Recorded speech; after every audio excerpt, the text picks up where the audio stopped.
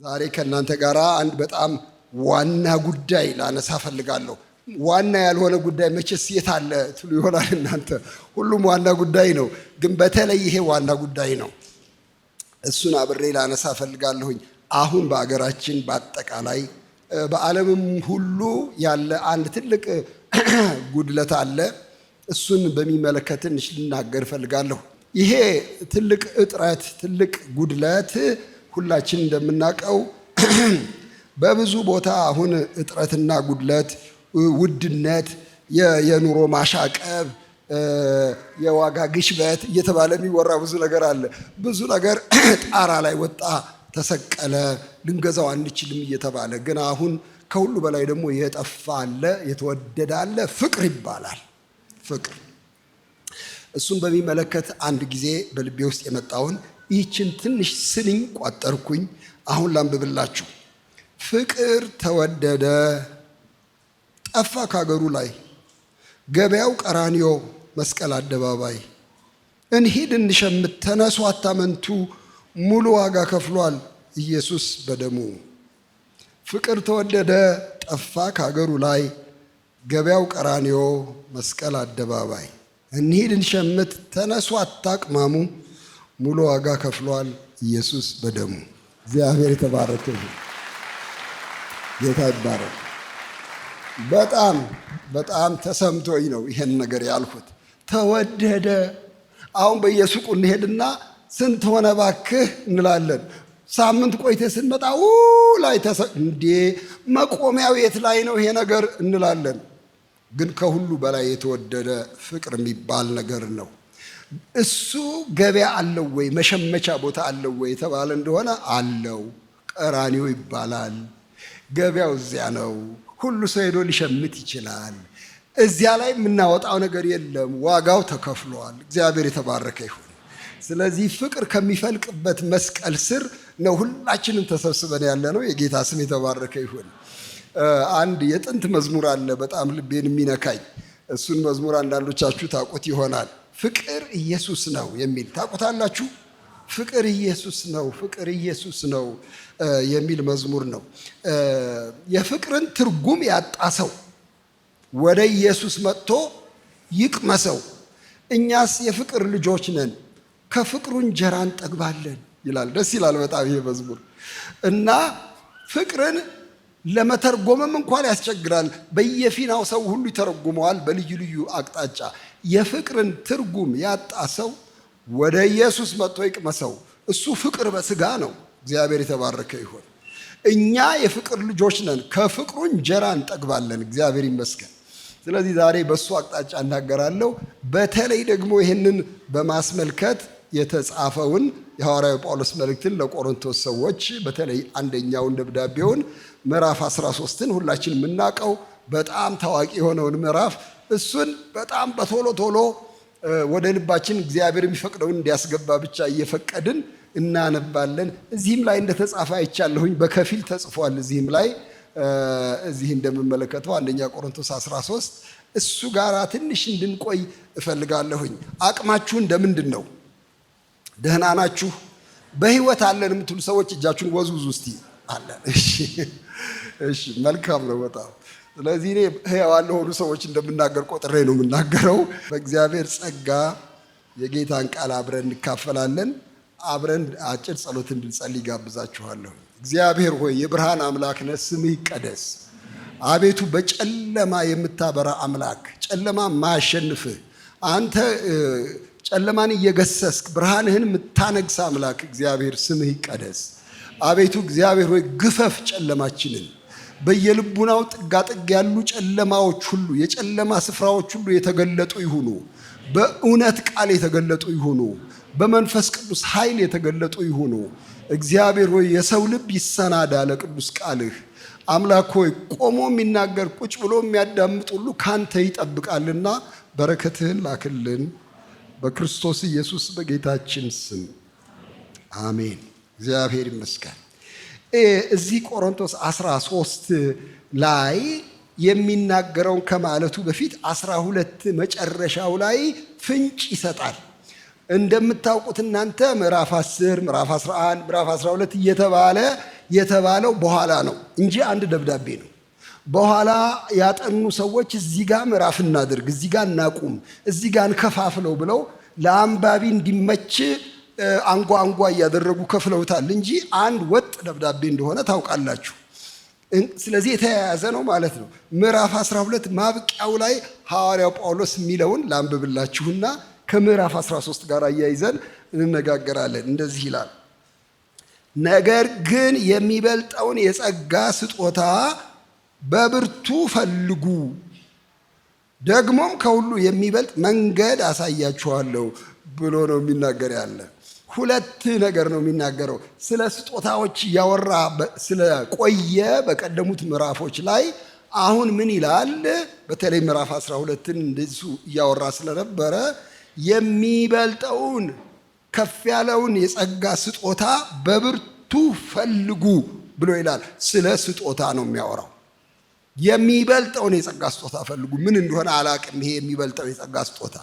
እዚህ ግን እንዳነበብኩት ምዕራፍ 13ን ምዕራፍ 14ን ዝም ብዬ ስመለከት ልዩ ልዩ ስጦታዎች አሉ። ግን ማህበሩን የሚያንጽ ሌላውን የሚያንጸውን በተለይ ፈልጉ የሚል ይመስለኛል። የሚበልጠውን ስጦታ ፈልጉ ብሎ ይላል። ግን ከዚህ ቀጥሎ የሚናገረው ስለ ስጦታ ብቻ አይደለም፣ ሌላ ነገር ነው። ከሁሉ የሚበልጥ መንገድ አሳያችኋለሁ ደግሞ ይላል። ስለዚህ የሚናገረው አሁን ስለ መንገድ ነው፣ ስለ ስጦታ አይደለም።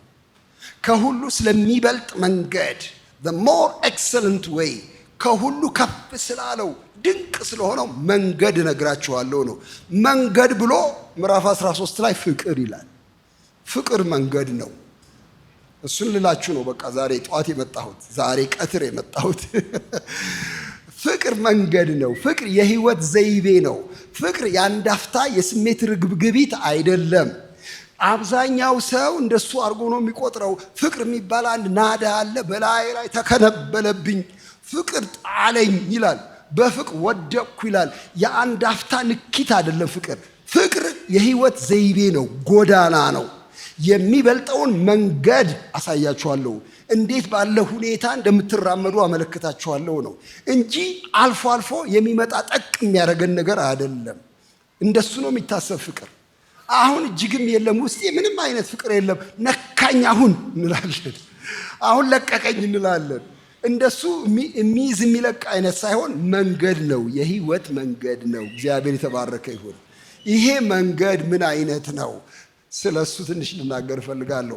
መንገድ ያለበትን ሁኔታ በተለይ ስመለከት በጣም እየተደነቅኩኝ ነበር። እኔ ለቆሮንቶሳውያን መንገድ ማለቱ ሌሎች መንገዶች ስለተጠቀሙ አሁን የሚበልጠውን መንገድ ነው ማሳያችሁ ነው የሚላቸው። በዚህ በአንደኛ ቆሮንቶስ መልእክት ላይ ብዙ መንገዶች ሄደዋል። እነዚህ ምዕመናን ደስ የማይሉ መንገዶች ሄደዋል። ደስ በማይል የህይወት ዘይቤ ተመላልሰዋል። ለምሳሌ አንዱ መንገዳቸው ቆሮንቶስ 1 ላይ እንደምትመለከቱት የዚህ የንግግር ማሳመር፣ የዲስኩር፣ የነገረኛነት፣ የአዋቂነት፣ የሎጂክ መንገድ ሄደዋል።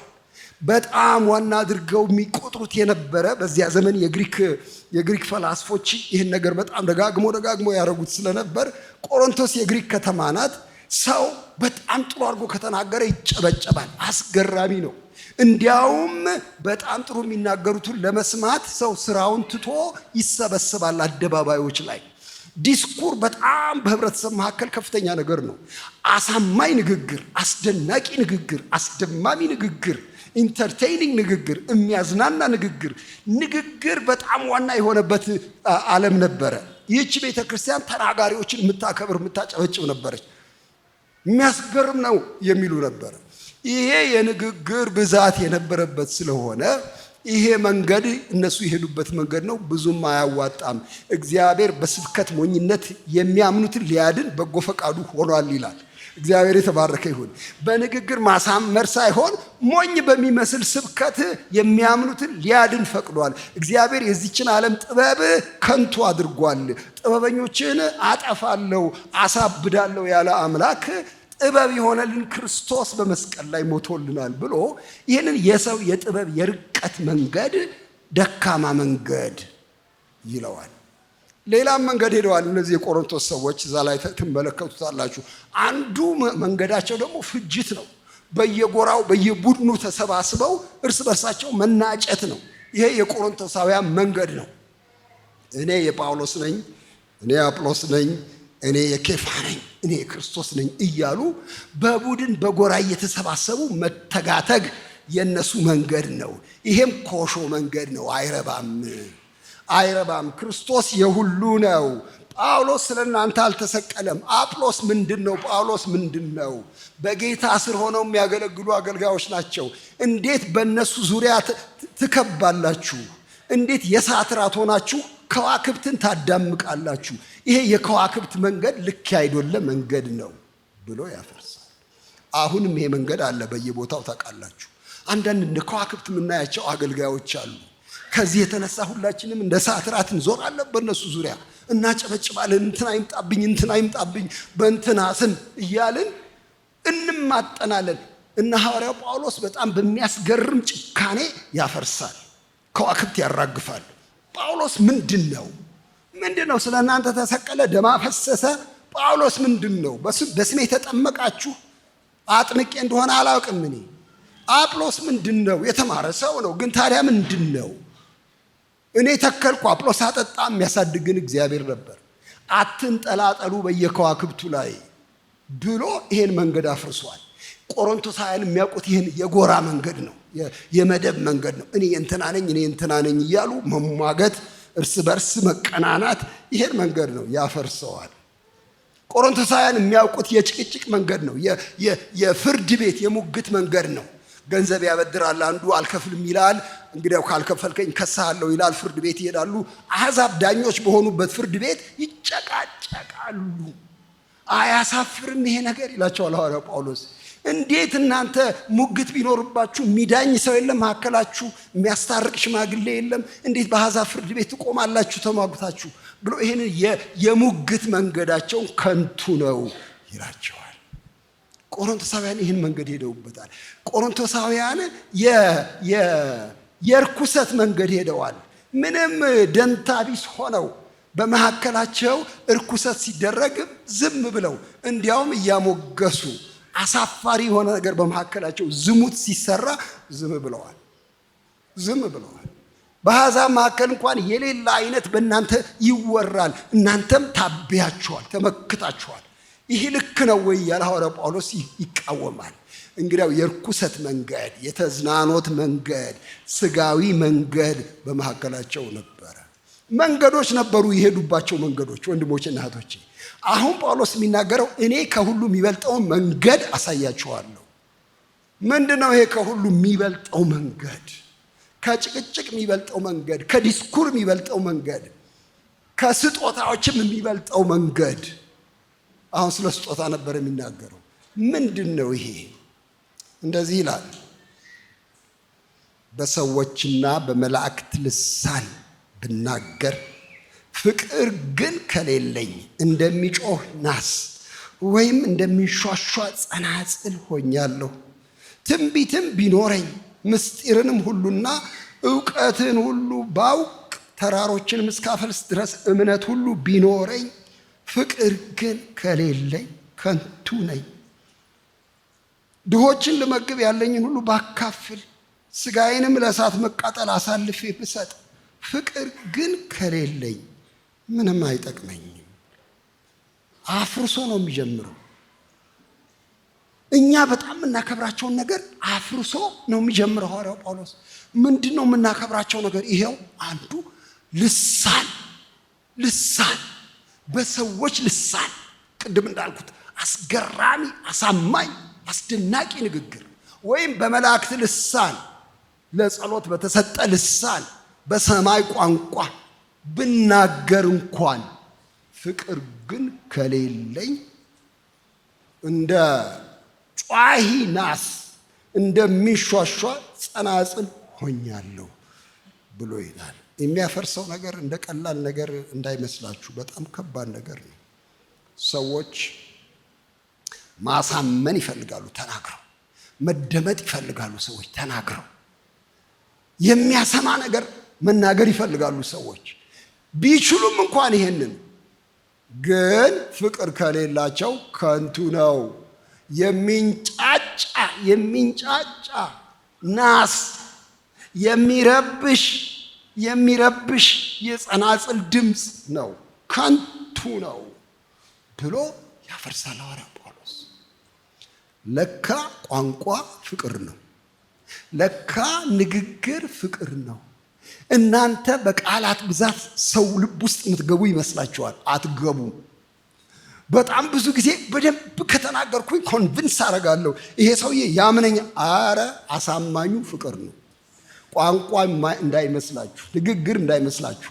የመላእክትን ልሳን ብትናገሩ አታሳምኑም። ለካ አሳማኙ ፍቅር ነው። ፍቅር ከሌለኝ ረባሽ ነው የምሆነው። እንደ ጯሂ ናስ ነው የምሆነው። እኔ በወጣትነቴ መዝሙር በጣም እወድ ስለነበር ልክ እንዳሁኑ ጊታር ለመልመድ ብዙ ጥረት አደረግኩኝ። የጊታር መምታትን ለመማር ብዙ ጥረት አደረግኩኝ። ስላልነበረኝ ጊታር ቤቴ ውስጥ ምንም ማድረግ አልቻልኩ እና ሌላ ቀን ቤተክርስቲያን ሄጄ ጊታር የሚመቱ ልጆችን እስቲ ያሳዩኝ እያልኩኝ ከነሱ ጋር አብሬ እውላለሁኝ። ቤት ስገባ ጊታሩ የለም፣ መለማመጃ የለኝም እና ምን አደርጋለሁኝ? እናንተ አሁን ታውቁት እንደሆነ አላውቅም። ደጋን የሚባል ነገር ታውቃላችሁ? ደጋን ጥጥ መንደፊያ ደጋን የሚባል ነገር አለ። ደጋን ማለት አንድ የተቆለመመ እንጨት ነው። በተቆለመመው እንጨት ደግሞ የታሰረ አንድ ጅማት አለ፣ አንድ ቀጭን ጅማት። ሌላ ደግሞ ቅትርት አለ። በሱ ሴቶቹ ጥጣቸውን ይነድፋሉ። ጥጥ መንደፍ የሚባል አለ። ምን ማለት ነው? ጭምቅምቅ ያለውን ጥጥ ብትን እያረጉ ያባዝቱታል፣ ባዘቶ ያረጉታል። ደጋንን አሁን አወቃችሁት? ደጋን የሚባል አለ። እሺ እና ያንን የእናቴን ደጋን ወስድና ባለ አንድ ጅማት ደጋን፣ ጠረጴዛ አለ። ጠረጴዛው ሰንዱቅ ነው፣ ድምፅ ያወጣል። እዚያ ላይ ያስቀምጥና እመታለሁ። ማታ ያንን አንድ ጅማት እቀጠቅጣለሁ። መዝሙር መዘመሬ ነው። በእውነት እግዚአብሔር ይባርካቸው። ታገሱኝ፣ ቤተሰቦች ታገሱኝ። በ4 ሰዓት ከምሽቱ እየደበደብኩኝ አንድ ጅማት። እንዴት የሚሰቀጥጥ ድምፅ ነው የሚወጣው ከዚያ ውስጥ። ታገሱኝ። እና ሐዋርያው ጳውሎስ ምን ይላል? ረባሽ ድምፅ ነው ፍቅር የሌለበት ዲስኩር፣ ያውካል፣ እንደሚጮህ ናስ ነው። በቃ ሌላ ምንም ትርጉም የለውም። ትርጉም የፈለክ እንደሆነ ፍቅር ነው ትርጉም የሚሰጠው። ወደ ሰው ልብ ውስጥ ገብቶ ፍቺ የሚሰጠው ፍቅር ነው እንጂ ቋንቋ አይደለም። የመላእክትም ይሁን የሰውም ቋንቋ ቢሆን ወደ ውስጥ አይገባም። እኛ ንግግር የሚያሳምን ነው የሚመስለን። አሁን አንዳንድ ጊዜ ባልና ሚስት እንቀመጥና እስቲ እናውራ፣ ችግራችን እናውራ እንላለን። አንዳንድ ቀን እንፋጠጥና እስቲ ንገሪኛ፣ በቃ አሳምኝኛ፣ ምንድን ነው ምክንያቱ? እስቲ እንዲህ ያልሽበት፣ አንተ እንዲህ ያረክበት ምንድን ነው ምክንያቱ? 1 3 4 17 አታምንም፣ እኔም አላምንም። እንዴ እየተናገርኩ ንግግር አይደለም የሚያሳምነው፣ ፍቅር ነው። በልባችን ውስጥ ያለ ፍቅር ነው ወደ ሰው ልብ ውስጥ የሚገባው። እና ቢኖረኝ በቃ ረባሽ ነው የምሆነው፣ ምንም ከንቱ ነኝ ይላል። ትልቅ ነገር ነው ንግግር፣ ግን ፍቅር ይበልጣል። እግዚአብሔር የተባረከ ይሁን። ወንድሞቼና እህቶቼ፣ አምላክን እባክህ የምናገርበት ስለ አንደበት ስጠኝ ከሚል ልመና ይልቅ እባክህ የምወድበት ለስላሳ ልብ ስጠኝ ብላችሁ ለምኑ። እግዚአብሔር ይስጣችሁ። በጣም ስለ አንደበቶች አገሩን ሞልተውታል። ያርዳሉ፣ ሌላ ምንም አያረጉም። ፍቅር ግን ያድናል። እግዚአብሔር ይባረክ። ሌላ በጣም የምናከብረውን ነገር ያነሳል። ስጦታዎችን፣ መንፈሳዊ ስጦታዎችን ምን ይላል እዛ? እምነት ቢኖረኝ፣ ተራራን የሚያፈልስ እምነት ቢኖረኝ፣ ሂድ አንተ ተራራ ስል የሚሆንልኝ ብሆን፣ እውቀት ቢኖረኝ፣ መገለጥ ቢኖረኝ፣ እዚህ ቁጭ ብዬ በየሰው ልብ ውስጥ ያለውን ነገር የሚገልጥ መንፈስ በውስጤ ቢኖር፣ ትንቢት ቢኖረኝ፣ ስለ ወደፊቱ መናገር ብችል፣ ይህን ሁሉ ባረግ፣ ፍቅር ግን ከሌለኝ ከንቱ ነኝ። ከንቱ እንዴት እነዚህን ትልልቅ ነገሮች እያነሳ ይጥላል? ስለሚበልጥበት ነው ፍቅር። ወንድሞቼ እነዚህ ከንቱ ስለሆኑ አይደሉም። ትንቢት ከንቱ አይደለም። በትንቢት በጣም ብዙ ተጠቅመናል። እግዚአብሔር የተባረከ ይሁን። አሁንም የእግዚአብሔር መንፈስ በትንቢት መንፈስ ወደኛ መልእክት ያመጣል። እግዚአብሔር የተባረከ ይሁን። በእምነት ብዙ ተጠቅመናል። የሚያምኑ ሰዎች የሚያደርጉት አስደናቂ ነገር ብዙዎችን ወደ ጌታ ይስባል። እግዚአብሔር ይባረክ። እውቀት በጣም ይጠቅመናል። ነገረ መለኮትም ይሁን ነገረ መሬት የትኛውም እውቀት ይጠቅመናል። ግን የሚበልጠው ፍቅር ነው ብሎ ይላል። ከነዚህ ነገሮች በላይ አሁን ይሄ የእምነት ስጦታ የኃይል መገለጥ ነው። የትንቢት ስጦታም የኃይል መገለጥ፣ የእግዚአብሔር ኃይል የሚገለጥበት ነው። የሚገርማችሁ ኃያሉ እነዚህ ስጦታዎች አይደሉም፣ ፍቅር ነው ኃያል።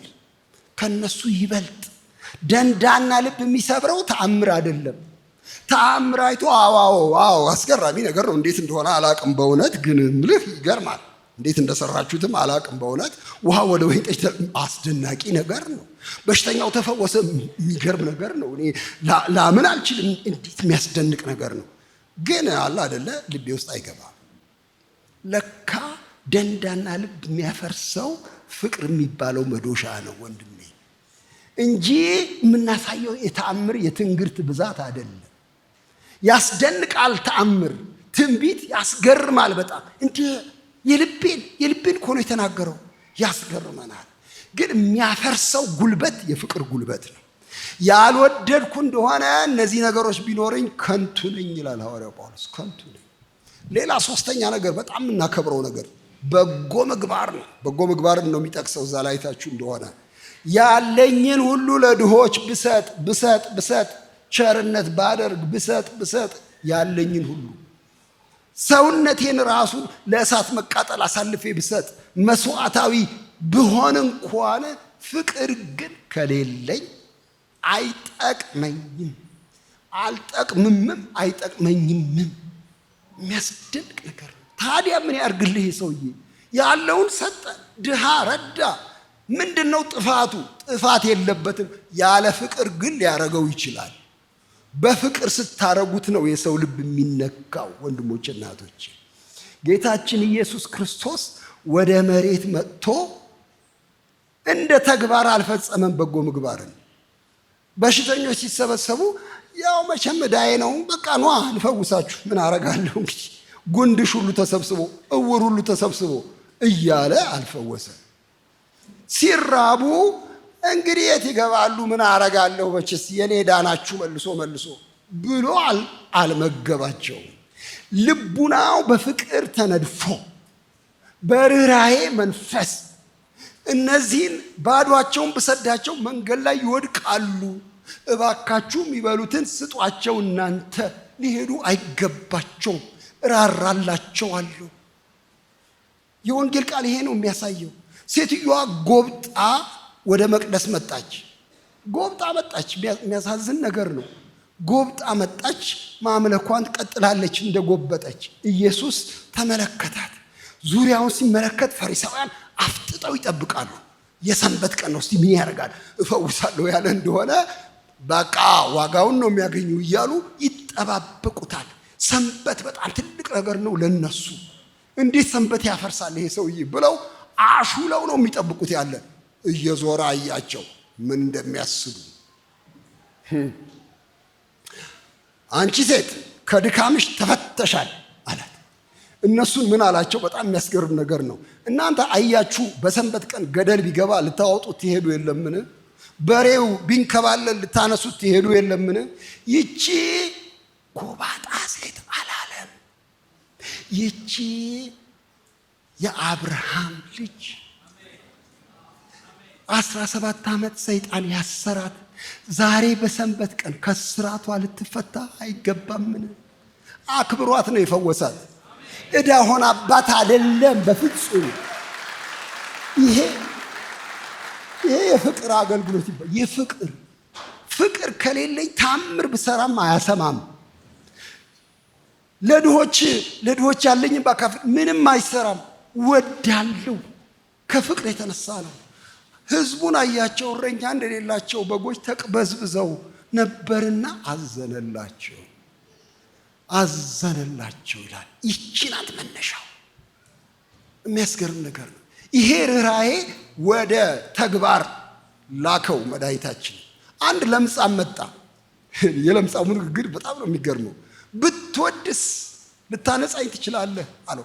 የችሎታ ጥያቄ አይደለም አንተ ጋር ያለው፣ የችሎታ አይደለም። ችሎታህ ሙሉ እንደሆነ አውቃለሁ። ብዙ ነገር እንዳረክ ሰምቻለሁ። ትችላለህ። አሁን ትፈቅዳለህ ወይ ነው ጥያቄው። ትወዳለህ ወይ እኔ ልታነጻኝ?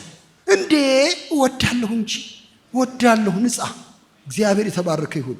ከፍቅር ነው፣ በሙሉ ፈቃድ ነው ጌታ ኢየሱስ በጎ ያደረገው እንጂ በግዳጅ አይደለም። አባቴ ልኮኛል የት እገባለሁ እናንተ መፈወስ ነው እንጂ ስራዬ በሚል አይደለም።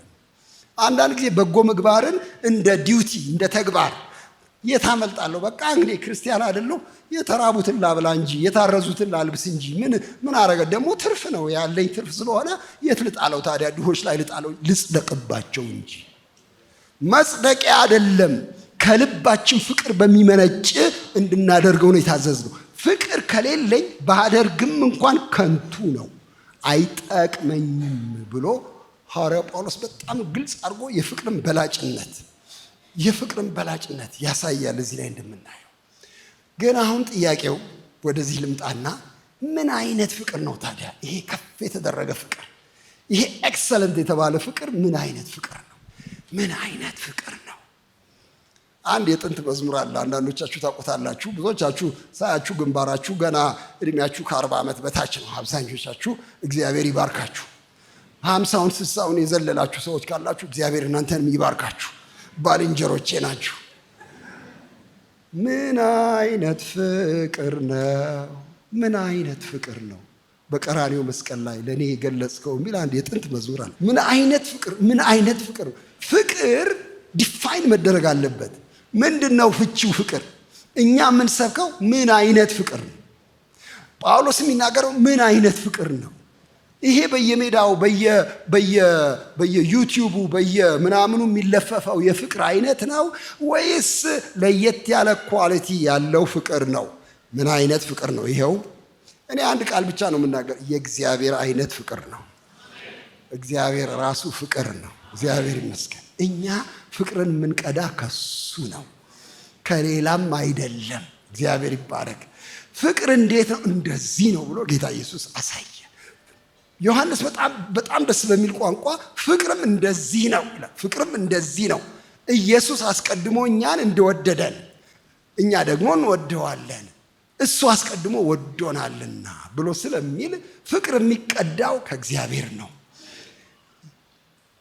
ፍቅረ ሥላሴ ሲባል ሰምታችኋል። አንዳንድ ሰው ስሙ ፍቅረ ሥላሴ ይባል። የሥላሴን ፍቅር ነው እኛ የምንሰብከው።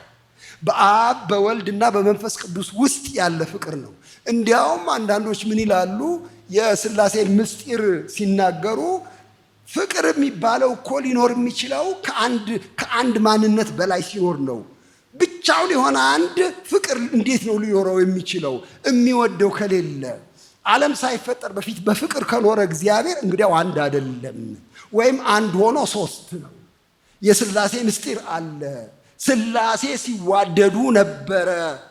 ይሄ ፍጥረት ዓለም ከመምጣቱ በፊት እኔ አብን እንደምወድ አብም እኔን እንደሚወደኝ በእግዚአብሔር ፍቅር በእርሱ ፍቅር እናንተን ደግሞ ወዳችኋለሁ ስላለ መድኃኒታችን እንግዲያው ሥላሴ ውስጥ የሰፈነ ፍቅር ነው ለኛ የተረፈው። እግዚአብሔር የተባረከ ይሁን። እንግዲያው ምን አይነት ፍቅር ነው ይሄ? የእግዚአብሔርን ባህሪ የሚያንጸባርቅ ፍቅር ነው። እዚያ ውስጥ እኔ ቆጠርኳቸው፣ ብዙ ናቸው። ፍቅር ይታገሳል፣ ቸርነት ያደርጋል፣ ፍቅር አይቀናም፣ ፍቅር አይመካም፣ አይታበይም፣ የማይገባውን አያደርግም፣ የራሱን አይፈልግም፣ አይበሳጭም፣ በደልን አይቆጥርም፣ ከእውነት ጋር ደስ ይለዋል እንጂ ስለ አመፃ ደስ አይለውም። ሁሉን ይታገሳል፣ ሁሉን ያምናል፣ ሁሉን ተስፋ ያደርጋል፣ በሁሉ ይጸናል። 15ቱንም ሁሉ አሁን ከተናገርኩኝ እናንተ ይደክማችኋል። እንዲያው ትንሽ እየዘረፍኩ ትንሽ እንዲሄድ ነው የምፈልገው። ይሄ ፍቅር ባህሪው ተገልጧል። ድፍን አይደለም። አንዳንድ ጊዜ ድፍን ነው እኛ የምንናገረው የፍቅር አይነት ድፍን አይደለም። ከባለቤቴ ጋር ደጋግመን በዚህ አንዳንዴ እንጨቃጨቃለን። አንዳንድ ቀን እንዴት ውል እንደሚላት አላውቅም። ትመጣና አሁን አንተ እኔን ትወደኛለህ በእርግጥ ትለኛለች። ይሄ በጣም የተለመደ ጥያቄ ይመስለኛል፣ በየቤታችሁ ይመስለኛል። ትወደኛለህ? በእርግጥ እንዴ እላለሁ እኔም እንደ ጥሩ ባል። እንዴ ምን ጥያቄ አለው? በጣም ነው እንጂ እጅሽን መቼም አልመታም እንዲህ ብዬ፣ በጣም ነው እንጂ የምወድሽ። ከዚያ ምንም አትበገርም። አሳየኛ ትለኛለች። በቃ አሳየኛ። ተግባራዊ ነው ፍቅር። የሚያደርገው ነገር አለ። ፍቅር የያዘው ሰው፣ ፍቅር ያለበት ሰው በድፍን ወድሃለሁ አይልም። እንዴት ነው የሚወደው ነው ጥያቄው።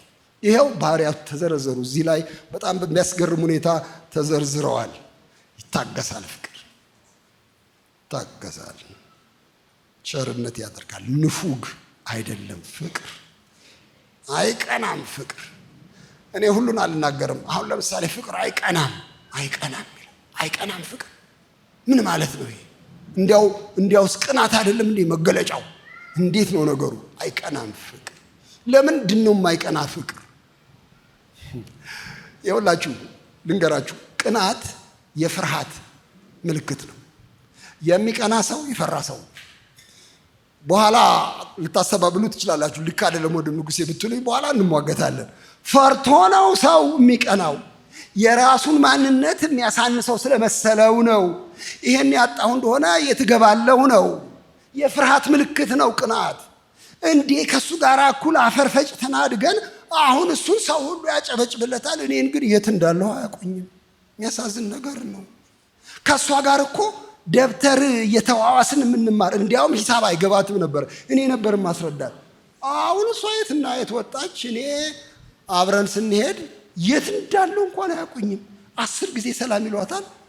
ሰው መኖሩን እንኳን በኋላ ነው የሚያውቁት። እኔ ብስጭት ነው፣ ፍርሃት አለ። ልጣል ነው፣ ላንስ ነው፣ ልወገድ ነው፣ ከእንትና ላንስ ነው የሚል ፉክክር ነው ውስጡ ቅናት የሚያመጣ። እውነተኛ ፍቅር አይቀናም። እውነተኛ ፍቅር ማንነቱን በውድድሩ ውስጥ አይደለም የሚፈልገው። የራሱን ማንነት ከእግዚአብሔር ዘንድ ያገኘዋል። እግዚአብሔር የተመሰገነ ይሁን። አንተ የኔ ነህ በስምህ ጠርቼሃለሁ ያለውን አምላክ አምኖ በቃ እኔ አንተ ነኝ፣ በአንተ ዘንድ ተቀባይነት ካገኘው ሌላ ሰው ባይቀበለኝ ምንም አይደለም። በዚህ መተማመን ላይ ያረፈ ሰው ለመቅናት እድል አያገኝም። የፈሪዎች በትር ነው ቅናት። አይቀናም ፍቅር። አይመካም፣ አይታበይም፣ የማይገባውን አያደርግም፣ የራሱን አይፈልግም፣ አይበሳጭም፣ በደልን አይቆጥርም። እኔ ቁጭ ብዬ አሰብኩና ፍቅር በደልን አይቆጥርም፣ ሂሳብ አያውቅም ማለት ነው አልኩኝ። ሂሳብ አያውቅም ሁሉ ትምህርት ይገባዋል ፍቅር፣ ግን ሂሳብ አይገባውም። በተለይ የበደል ሂሳብ በጣም አስፈላጊ ትምህርት ነው በእውነት። ንግዳችንን ያለ ሂሳብ አንሰራም። ደሞዛችንን ያለ ሂሳብ በጀት አናደርግም። ያለ ሂሳብ እንዴት ነው የምንኖረው? ግን በደልን በሚመለከት ሂሳብ አለማወቅ ነው የሚሻለው።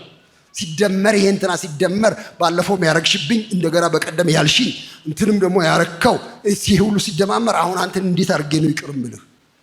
በደልን አይቆጥርም፣ ሂሳብ አያቅም ፍቅር። እግዚአብሔር የተባረከ ይሁን። እንዲሁ ይኖራል። እግዚአብሔር ይመስገን። እሺ እንዲሁ ይኖራል አይደለ? እየማረ ይኖራል። እግዚአብሔር ይባርክ። እየማረ ይኖራል። እየማርከኝ የሚል አንድ መዝሙር አለ። እየማርከኝ እየማረ ይኖራል። ይመጣል እኮ በደል በሌለበት ምሕረት እኮ የለም። በደልማ ይመጣል እየተከመረ፣ ግን እየማረ ይህንን የበደል ጥሻ እያቋረጠ ይሄዳል። እግዚአብሔር ይመስገን። ፍቅር በደልን አይቆጥርም። እግዚአብሔር የተባረከ ይሁን። ስለዚህ ይህን የሂሳብ ችሎታችሁን ተዉት። አትቁጠሩ፣ አትደምሩ፣ አትቀንሱ፣ ውደዱ። ጌታችን ኢየሱስ ክርስቶስ እንደሱ ያደረገው አልቆጠረም። እንዲያውም በሁለተኛ ቆሮንቶስ ምዕራፍ 5 ላይ እርሱ ዓለሙን ከራሱ ጋር ያስታርቅ ነበርና ብሎ ወዲያው በደላቸውንም አይቆጥርባቸውም ነበረ። በቁጥር ቢሆን እንዴት አብረን እንኖራለን? ማንኗኗር አምላክ አይቆጥርም ነበረ። በነፃ አስገባን። እግዚአብሔር ይባረክ። አትቁጠሩ ወንድሞች፣ እናቶች። አንድ ልጨምር እዚያ ላይ ከእውነት ጋር ደስ ይለዋል እንጂ ስለ አመፃ ደስ አይለውም ፍቅር። ደስ የማይለው ጊዜ አለ። አዎ ፍቅር ዝም ብሎ ፈገግታ ብቻ እንዳይመስላችሁ። የፍቅር ሰው ነው። አታየውም ጥርሱን፣ አታየውም ፊቱን፣ አታየውም አይኑን። በቃ ዝም ብሎ እኮ እንደዚህ እንዳለ ነው የሚውለው። አይ እውነተኛ ፍቅር ዝም ብሎ እንደዚህ ፈገግ እንዳለ አይውልም። አንዳንድ ቀን ይቆጣል። ከአመፃ ጋር ስለማይስማማ አንዳንድ ቀን ይገነፍላል፣ አንዳንድ ቀን ጅራፍ ይይዛል። ፍቅር እኮ ነው። ኢየሱስ ክርስቶስ መድኃኒታችን የፍቅር ሁሉ ቁንጮ፣ እሱ ሰውን ሁሉ የሚወድ ንፍጣም ሕፃናትን እያቀፈ የሚስመው መድኃኒታችን ኢየሱስ፣ ጉንድሾችን እየዳሰሰ ለምጻሞችን እየዳሰሰ የሚያነጻ ኢየሱስ ክርስቶስ አንድ ቀን በዚያው እጁ ሕፃናትን በዳሰሰበት እጁ፣ በሽተኞችን በፈወሰበት እጁ ጅራፍ ገመደበት። ፍቅር ጅራፍ ያውቃል። አዎ ያውቃል። የቤት ቅንዓት ይበላኛል አለ። ቤቱን የጸሎት ቤት የአባቴን ቤት የወንበዴዎች ዋሻ አደረጋችሁት አለ። ገበታ ገለበጠ፣ እርግቦች አባረረ፣ ሳንቲም በተነ። ፍቅር እንደዚህ ያደርጋል። ፍቅር ከአመፃ ጋር አይተባበርም ወንድሞቼ። ከአመፃ ጋር የሚተባበር ፍቅር ፌክ ነው። እሱ አታላይ ፍቅር ነው፣ እውነተኛው አይደለም። እውነተኛ ፍቅር አመፃ ሲያይ በወንድሜም ውስጥ፣ በእህቴም ውስጥ፣ በባሌ ውስጥ፣ በሚስቴ ውስጥ፣ በልጆቼ ውስጥ፣ በቤተ ክርስቲያን አባሎች መካከል አመፃ ሲያይ ይሄ አመፃ ነው ይላል። እንዲወገድ ይናገራል፣ እንዲወገድ ይሰራል። ከአመፃ ጋር አይተባበርም ወንድሞች እና እህቶች። የእግዚአብሔር ፍቅር እሳታዊ ነው። እሳታዊነቱ የእኛን በደል ለማጥፋት ብቻ ሳይሆን በደላችንን ለማሳየትም ጭምር ነው። እኔም ወዳቸውን እገስጻቸዋለሁ አላለም ጌታ? እንደሱ እኮ ነው ያለው ዮሐንስ ራእይ ምዕራፍ 3 ላይ እኔ እምወዳቸውን እገስጻቸዋለሁ እቀጣቸዋለሁ ብሎ አለ። የፍቅር ቋንቋ ነው፣ የጭካኔ ቋንቋ አይደለም። እነሆ በደጅ ቆሜ በር አንኳኳለሁ፣ ማንም ድምፄን ቢሰማ ቢከፍትልኝም እገባለሁ፣ ከእርሱም ጋር እራት እበላለሁ ያለው ጌታ እኔ የሚወዱኝን እገስጻቸዋለሁ፣ ቀጣቸዋለሁ። ስለዚህ ባካችሁ ስለ ፍቅር ስንናገር ከአመፅ ጋር ስለመተባበር በፍጹም እንዳታስቡ። ከእውነት ጋር ነው ደስ የሚለን። እውነት በሌለበት ቦታ ፍቅር ይበላሻል፣ ያድፋል። እንግዲያው ለእውነት እቆማለሁ፣ አመፃን እቃወማለሁ ማለት የፍቅር ቋንቋ ነው። እግዚአብሔር የተባረከ ይሁን። እግዚአብሔር ይህንን ቆፍጣናነት ይስጣችሁ። ይህን የፍቅር ቆፍጣናነት። ለምሳሌ ሐሰት ስታገኙ በቃ ምን ይደረግ አትበሉ ባካችሁ። ምን ይደረግ? እኔ አንድ ባልንጀራ አለኝ አሜሪካን ሀገር የሚኖር። እሱ ፈረንጆች መካከል ያገለግላል፣ ወዲያ ይላል ወዲህ ይላል፣ ብዙ ነው የሚሰራው። እግዚአብሔር ባረከው፣ ደስ አለኝ እኔ እና አንድ ቤተ ክርስቲያን ውስጥ ሲያገለግል መጋቢው ነጭ አሜሪካዊ ነው። ከሱ ጋር በጣም ጥሩ አድርገን ሰራናል። እኔ በተለይ ደግሞ እነዚህን ኢሚግራንት የሆኑትን ከየሀገሩ የመጡትን እነሱን በወንጌል አገለግላለሁ። ጥሩ ቅንጅት ነበር አለ። በኋላ አንድ ዘመን ሲመጣ ሊጠይቀኝ እንዴት ነው አገልግሎት አልኩት። ተውኩት እኮ አለ። ውይ ምን ነው አልኩኝ። አልሆነልንም። እንዴት? አልተስማማን። ከማ ጋራ? ከመጋቢው ጋራ። ምን አጣላችሁ? አይ ምን መሰለ፣ ያው ለሱ ግብረ ሰዶማውያንን አትከልክሏቸው ይላል። ግብረ ሰዶማውያንን አትከልክሉ፣ ይግቡ፣ ይስሩ፣ ያገልግሉ እያለ ይለናል። በጣም ጥሩ እኮ የነበረ ሰው ነው። በጣም ጥሩ በጌታ የሚያምን ወንድም። እኔ ደግሞ ይሄ አይሆንም፣ የጌታ ቃል አይደግፍም እላለሁ። ተጋጨን በዚህ አለ። እንዴት መነጋገር አልቻላችሁም? ጉዳዩን አያምንበትም። እንዴት ነው ቃሉ ላይ ምንድን ነው ችግሩ ለማለት ሞከርኩ። ምን እንዳለኝ ልንገርህ አለኝ። አንድ ቀን ቁጭ አለና ሁለታችን ስማ አለኝ አለ። አንተ ጥቁር ነህ አይደል አለኝ። አዎ ጥቁር ነኝ። ተቀብለን ይሄን ለምኛ? አዎ ተቀብለን። እና ታዲያ ሌሎችን የምታባረርበት ምን ምክንያት አለ?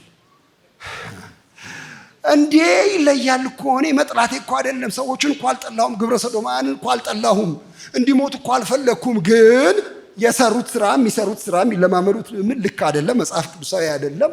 ሊድኑ ነው የሚያስፈልጋቸው፣ ነፃ ሊወጡ ነው የሚያስፈልጋቸው እንጂ ልግደላቸው እኮ አላልኩም። እኔ እኮ ከፍቅር ውጭ አይደለሁም፣ ግን ልክ ያልሆነውን ልክ አይደለም እላለሁ።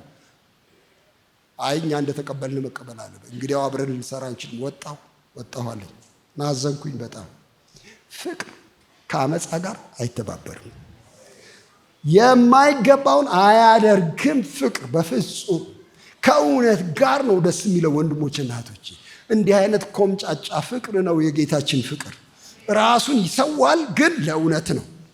በምንም አይነት ከአመፃ ጋር የሚተባበር ፍቅር አይደለም። ይሄ ፍቅር አስገራሚ ነው። አንድ በጣም የሚቸግረኝ ነገር ላንሳና አሁን ቶሎ ብዬ ልጨርስ። እንዲህ ይላል፣ ሁሉን ይታገሳል ይላል ፍቅር።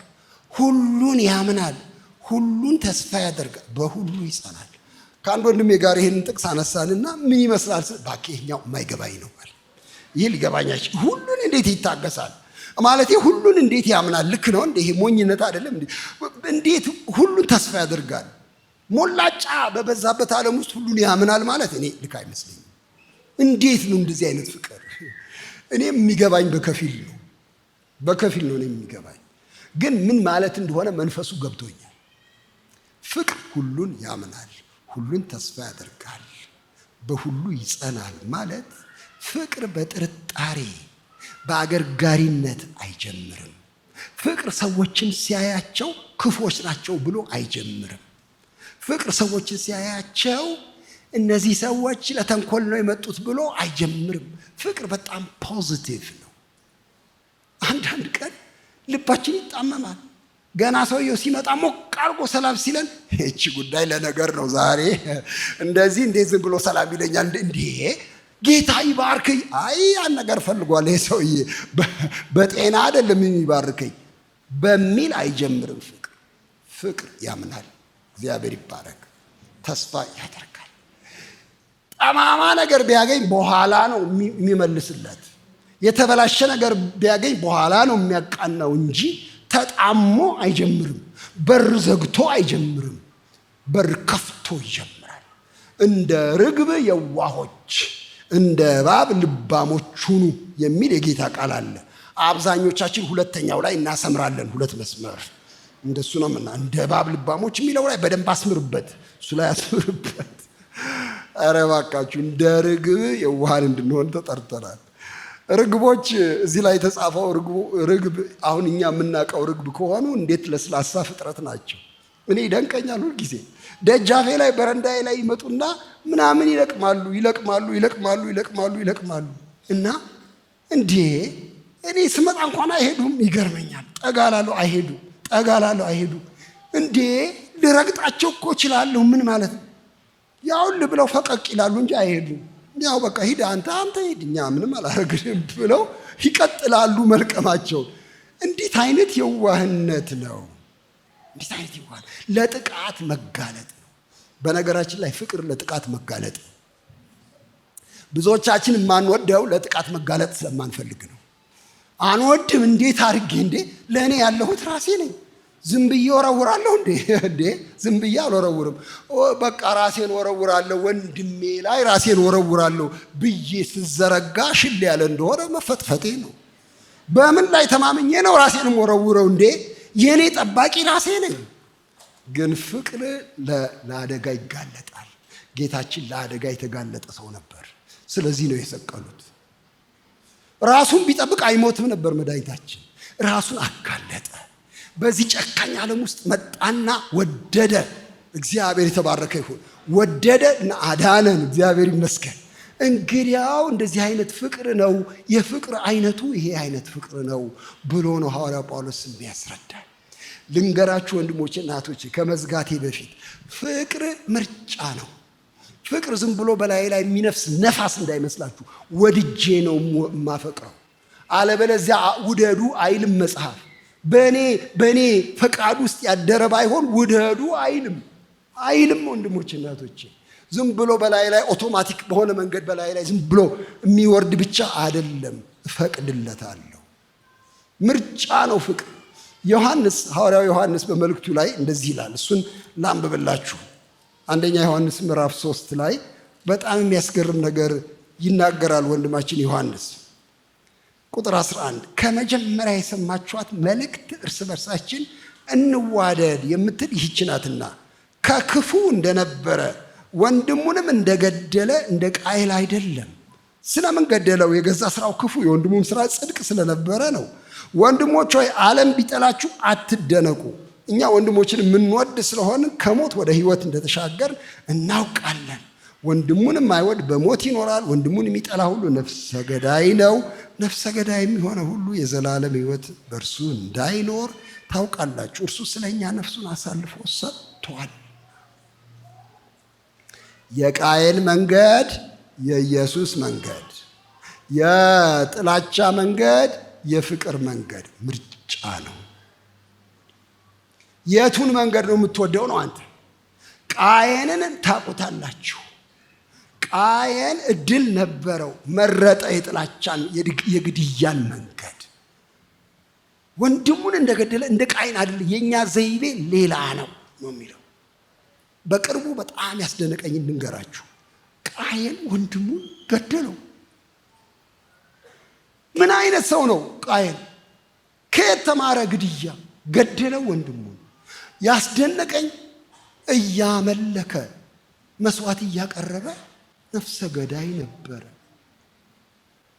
ይቻላል ማለት ነው። ጌታ ሆይ እየሰገድኩ ልገጭ እችላለሁ፣ እያመለኩ ጌታን ወንድሜን ልጠላ እችላለሁ። አዎ ይሄው ቃየን ችሎበታል። ቃየን አምልኮ እየፈጸምኩ እያሸበሸብኩኝ፣ እዚህ እየጨፈርኩኝ እየደነስኩኝ፣ ቃሉን እየሰበኩኝ፣ መስዋዕት እያቀረብኩኝ ነፍሰ ገዳይ ልሆን እችላለሁ። በውስጤ ይሸሸጋል። ሁለቱም አምላኪዎች ናቸው። አቤልም መስዋዕት አቀረበ፣ ቃየንም አቀረበ። አምላክ እንዳለ ያውቃሉ። ለአምላክ መስዋዕት ያቀርባሉ። ሃይማኖተኞች ናቸው። ግን አንደኛ ውስጥ ነፍሰ ገዳይነት ተቋጥሯል። ለካ ይቻላል። ለካ ይሄን ለቤተ ክርስቲያን መናገር ይችላሉ። አዎ እዚህ ላላችሁ ሰዎች መናገር ይችላሉ። የምታመልኩ ሰዎች ነፍሰ ገዳይ እንዳትሆኑ ተጠንቀቁ። ነፍስ መግደል ዝም ብሎ በጩቤ አንድ ሰው ላይ ሄዶ ሰክቶ ሕይወቱን ማጥፋት እንዳይመስላችሁ። ይኸው ግልጽ አድርጎ ተናግሯል። ወንድሙን የሚጠላ ነፍሰ ገዳይ ነው። ውስጡ የግድያ ዘር ጥላቻ ነው መነሻው። ጥላቻ ሲኖርባችሁ ነው መንገብገብ ያለባችሁ። ጩቤ አንስታችሁ ሽጉጥ አንስታችሁ ሰው ስትገድሉ አይደለም መጮህ። መጥላት ስትጀምሩ ነው መጮህ። ወዮ ጌታ ሆይ ኧረ አትርፈኝ፣ ምን ልሁን እንዴት ልሁን? ጠላኋት፣ እቺ ሴትዮ ባትኖር ነው የምወደው። ጠላሁት፣ ይሄን ሰው፣ ይሄን ዘር ጠላሁት፣ ይሄን ቋንቋ መስማት አስጠላኝ። ጌታ ሆይ ምን ይሻለኛል? በቃ እኔ የምልሃል አይደል? በቃ ጠላኋቸው፣ እነ እንትናን ጠላኋቸው። ያኔ ነው መጮህ። ኃጢአት በደጅ ታደባለች አለው ለቃየን እግዚአብሔር። ንገስባት፣ ሳታሸንፍ በፊት አንተ ያዛት፣ ሳትጎለስስ መሬት ላይ ሳትጥል በፊት እነቃት። አንተ እድል አሁን አለ። ጥላቻ ውስጣችሁ ሲበቅል ነው መጫጫዋ። ስትገሉ አይደለም ወንድሞች እናቶች።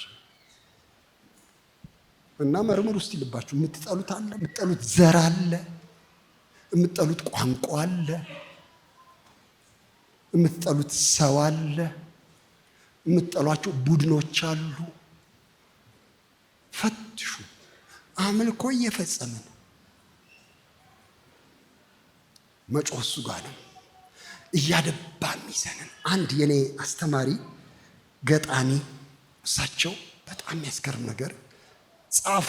አንድ አፈር ያነሳ ስጋ የሚል መጽሐፋቸው ላይ ትንሹ ልጅ መሄድ ሲጀምር ድክ ሲል አይዞ ማሙሽ ጎበዝ እንለዋለን። ሄዶ ከጠረጴዛው ጋር ይጋጭና ይወድቃል፣ ያለቅሳል። ምን ሆንክ ማሙሽ? ይሄ ምን ጠረጴዛው መታኝ ይላል። ጠረጴዛው አልመታውም፣ እሱ ነው ሄዶ የገጨው በመሰረቱ። ይሄ ወንበሩ መታኝ፣ ያለቅሳል። ልጁ ያለቅሳል። በኋላ በልማዳችን የምናውቀው ነገር ነው። በልቱ የታባቱ ብለን ጠረጴዛውን እንመታለታለን። ጭጭ ይላል፣ እንባው ይደርቃል። የበቀል ዘር ይላሉ እሳቸው። ይህ ሰው ዛሬ በምራቁ ተበቀለ፣ ነገ ጩቤ ቢመዝማን ያውቃል ይላሉ። በአጭር ቃል ውስጣችን የበቀል ዘር ያድጋል። አንዳንድ ጊዜ እድል ስለሌለን ብቻ ነው የማናረገው። እግዚአብሔር ያትርፈን፣ በእውነት ያትርፈን። ይሄው አንዳንዴ እኔ አሁን በቴሌቪዥን ስመለከት እናንተም ስትመለከቱ በየአገሩ ሲቃወሙ ነገስታቱን፣ መንግስታቱን፣ ፕሬዚደንቶቹን፣ ጠቅላይ ሚኒስትሮቹን ሲቃወሙ መፈክር ይዘው ይወጣሉ፣ ይሰድባሉ፣ ምን ይላሉ። አንዳንዴ ፎቶግራፊ ይዙና በክብሪት ይጭሩታል፣ ያቃጥሉታል። ምን ማለታቸው ነው?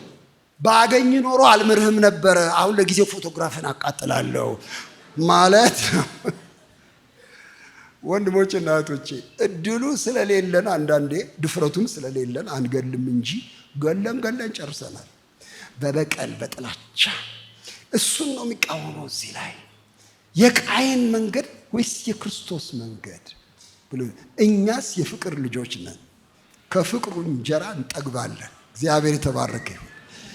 በመጨረሻ ይህችን ፍቅር ከየት አገኛታለሁ እያልኩ ጠይቃለሁ። እናንተም ጠይቃላችሁ። በእውነት ከየት ይመጣል? አሁን ወንድም ንጉሴ አሳምረ ነገርከን። በእውነት ይህ ፍቅር በጣም ደስ ይላል። ግን ከየት ይመጣል?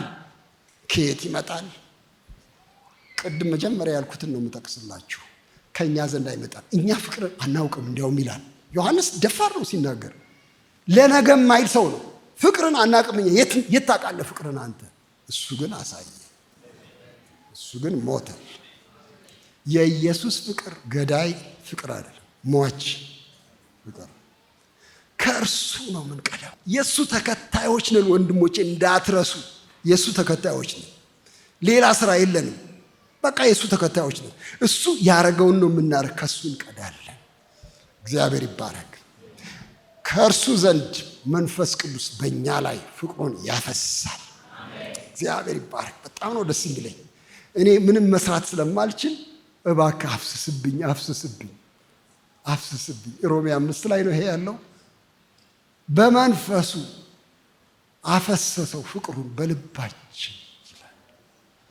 መንፈስ ቅዱስ ሲነካኝ እንኳን በአርአያ ሥላሴ የተፈጠረ ሰው ቀርቶ ደመነፍስ የሌለው ድንጋይ የሚገርማችሁ ነው። መንፈስ ቅዱስ ልባችንን ሲሞላው አስደናቂ ነገር ይሆናል። እንዴት ያምራል! ይሄ ዛፍ ሞኝ ነው የሚያስበል። ዛፉ የጌታ ስራ አይገርምም? ጥላው እንዴት ያምራል! ድንጋዩ አይገርምም? እግዚአብሔር የሚሰራው ስራ ትንሽ ነውላላ ነው የሚያሰኘው። ግን መንፈስ ቅዱስ ልባችን ሲገባ ዓለምን ሁሉ በፍቅር ቀለም ይቀባል። እግዚአብሔር ይባረክ። አይናችንን ይፈውሳል። ያስጠላኛል እሷን ሳያት ሰይጣኔ ይመጣል የሚል ሰው ኧረ እንዴ በእግዚአብሔር ምሳሌ የተፈጠረች እንዲያውም ጥሩ ነገር ይታየኛል እሷ ጋር። እንዲያው አንድ ሰርግ ላይ ለመስበክ ቆምኩኝና እባካችሁን ሚስቶቻችሁን አመስግኑ አልኩኝ። ባሎችን አመስግኗቸው እባካችሁ ይሄ በጣም ጥሩ ነው በሏቸው አልኩኝ። ቀሚስሽ ያምራል በሏቸው፣ ፀጉር አሰራርሽ ያምራል በሏቸው፣ ወጥ ደግሞ ሰርተው እንደሆነ እንዴት ይጣፍጣል ዛሬ ወጡ በሏቸው ምናምን አልኩኝ ስሰብክ። ይሄን የሰማ አንድ ሰው ልክ ስወጣ ይቅርታ አንድ ጊዜ እባክህ ወንድም ንጉሴ ያለኝ። ምንድን ነው ስል ወጡ ባይጣፍጥስ?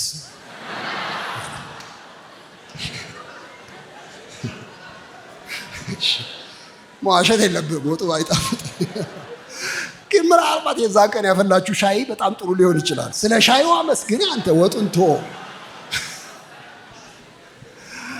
ፍቅር ሰው ውስጥ ያለውን በጎ ነገር በማየት በጣም ብርቱ ነው። እግዚአብሔር ይባረክ። ጠማማውን አይደለም በጎል በማየት ብርቱ ነው ፍቅር። እግዚአብሔር ከሰማይ እንደሱ አየን። እነዚህ ሰዎች ከመሬት ቢነሱ ትልቅ ሰው ይሆናሉ፣ እነዚህ ሰዎች ከአቧራ ቢነሱ ደማቅ ይሆናሉ ብሎ ጌታ እግዚአብሔር ፍቅር በእኛ ላይ ያፈሰሰ። እግዚአብሔር ይባረክ። እሱን ፍቅር ነው፣ ሌላ ከየት እናመጣለን? እኛን የወደደበትን ፍቅር እናጋባለን። እግዚአብሔር ይባረክ። እግዚአብሔር በፍቅር ይባርካችሁ።